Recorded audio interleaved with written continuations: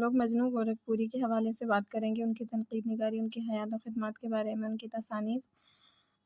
مجنو گورکھپوری کا اصل نام جو تھا وہ احمد صدیق تھا۔ مجنو گورکھپوری کا اصل نام احمد صدیق تھا۔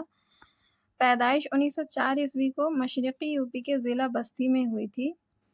ان کی جو پیدائش ہے 1904 عیسوی میں ہوئی ہے اور ان کی وفات 1988 عیسوی میں کراچی میں ہوئی۔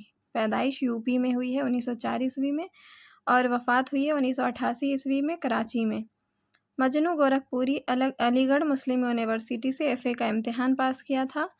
مجنو گورکھپوری چند دنوں تک گورکھپور یونیورسٹی کے شعبہ اردو کے صدر رہے تھے۔ مجنو گورکھپوری 1960 عیسوی میں شعبہ اردو کے ریڈر مقرر ہوئے تھے۔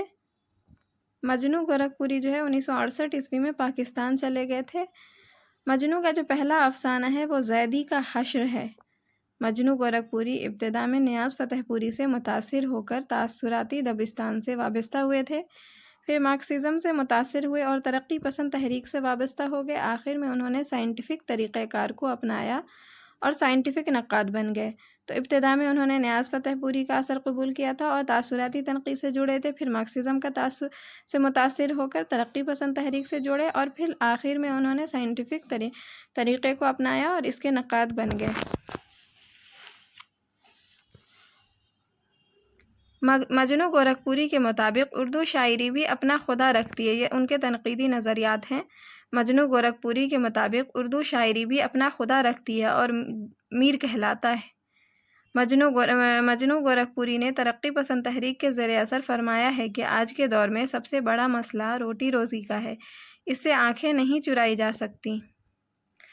ان کے مطابق مجنو گورکھپوری کے مطابق ادیب کوئی راہب یا جوگی نہیں، ادب ترک یا تپسیا کی پیداوار نہیں، ادیب بھی ہمارے سماج کا ایک فرد ہے، وہ بھی ہماری معاشی اور سماجی زندگی سے اسی طرح متاثر ہوتا ہے جس طرح اور لوگ۔ مجنو گورکھپوری کے مطابق ادب اپنے زمانے کے حالات سے بیگانہ رہ ہی نہیں سکتا۔ مجنو گورکھپوری کا ان کے مطابق ادیب کوئی راہب یا جوگی نہیں، ادب ترک یا تپسیا کی پیداوار نہیں، ادیب بھی ہمارے سماج کا ایک فرد ہے، وہ بھی ہماری طرح معاشی اور سماجی زندگی سے اسی طرح متاثر ہوتا ہے جس طرح اور لوگ ہوتے ہیں۔ پھر ان کا خیال ہے کہ ادب اپنے زمانے کے حالات سے بیگانہ رہ ہی نہیں سکتا۔ مجنو گورکھپوری مغربی نقاد میتھیو آرنلڈ کی طرح ادب کو تنقید حیات کہتے ہیں۔ انہوں نے میتھیو آرنلڈ جو مغربی نقاد ہیں ان کی طرح ہی ادب کو تنقید حیات کہا ہے۔ مجنو گورکھپوری روسی ادب کو پسندیدگی کی نظر سے دیکھتے ہیں۔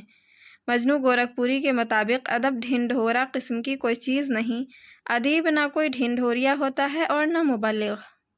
مجنو گورکھپوری جو ہے وہ روسی ادب کو پسندیدگی کے نظر سے دیکھتے تھے اور ان کے مطابق ادب ڈھنڈورا قسم کی کوئی چیز نہیں، ادیب نہ کوئی ڈھنڈوریا ہوتا ہے اور نہ مبلغ۔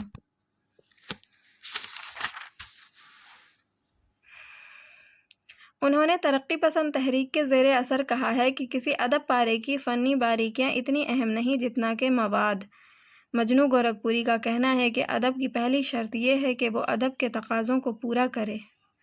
میں ادب کو اس کے معنی میں پروپیگنڈا نہیں سمجھتا جس معنی میں اخبارات پروپیگنڈا ہوتے ہیں یا جس معنی میں مارکس کا اشتراکی اعلان پروپیگنڈا تھا، اور نہ ہر پروپیگنڈا ادب ہوتا ہے۔ میں ادب کو اس معنی میں پروپیگنڈا نہیں سمجھتا جس معنی میں اخبارات پروپیگنڈا ہوتے ہیں یا جس معنی میں مارکس کا اشتراکی اعلان پروپیگنڈا تھا، اور نہ ہر پروپیگنڈا ادب ہوتا ہے۔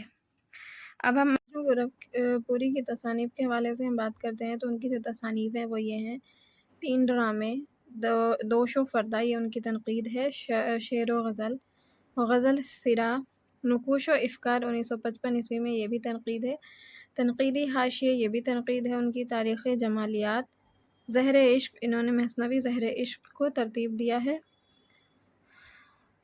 ادب اور زندگی، تنقیدی مضامین کا مجموعہ ہے، غالب شخص اور شاعر، خواب و خیال، یہ ان کا افسانہ ہے، نکات مجنوں، یہ تنقید ہے، اقبال، جمالیاتی تبصرہ، یہ بھی تنقید ہے، پردیسی کے خطوط، یہ 2 جلدوں پر مشتمل ہے، انتخاب دیوان شمس تبریزی اور ارمغان مجنوں، یہ ان کی اہم تصانیف ہیں۔